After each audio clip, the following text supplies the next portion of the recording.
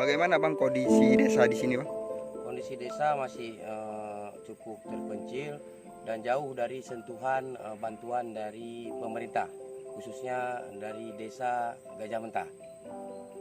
Belum ada disalurkan ADG sekalipun kemarin semenjak bergabungnya Dusun Reformasi ini ke Dusun Cakra. Itu memang sama sekali belum pernah terjamah sama pemerintah Bang atau bagaimana? Ya, begitu.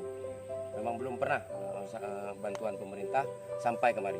Semua sampai jembatan ini pun sebenarnya cukup sentral ini. Jalan menuju ke desa. Semua masyarakat memakai jembatan ini. Ini dari swadaya sah dari swadaya masyarakat. Karena dari bantuan dikumpulkan uang dari masyarakat, terciptalah jembatan ini. Jadi Bang untuk harapan ke depannya Bang? Harapannya harus diperhatikan oleh pemerintah. Kami ingin sekali bantuan sampai kemari.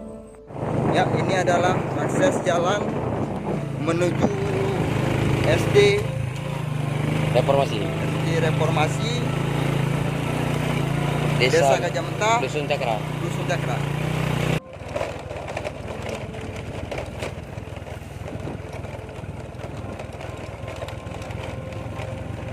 Jadi dari pihak Anda sendiri mungkin sudah meninjau ke Dusun Cakra untuk melihat keadaan sekolah.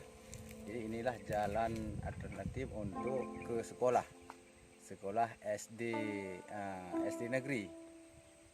Berarti kalau keadaan musim kayak gini oke lah, masih bisa naik guru. Tapi kalau misalnya dalam keadaan hujan, itu sempat 2 bulan enggak sekolah dengan kondisi jalan yang begini. Berarti saya selaku kepala lorong reformasi Dusun Cakra, harapan saya ke depannya harus adalah perkembangan baik infrastruktur jalan, talud, irigasi, dan lain-lainnya, termasuk sarana ibadah yang paling penting. Dan itu semoga tercapai dalam waktu dekat ini.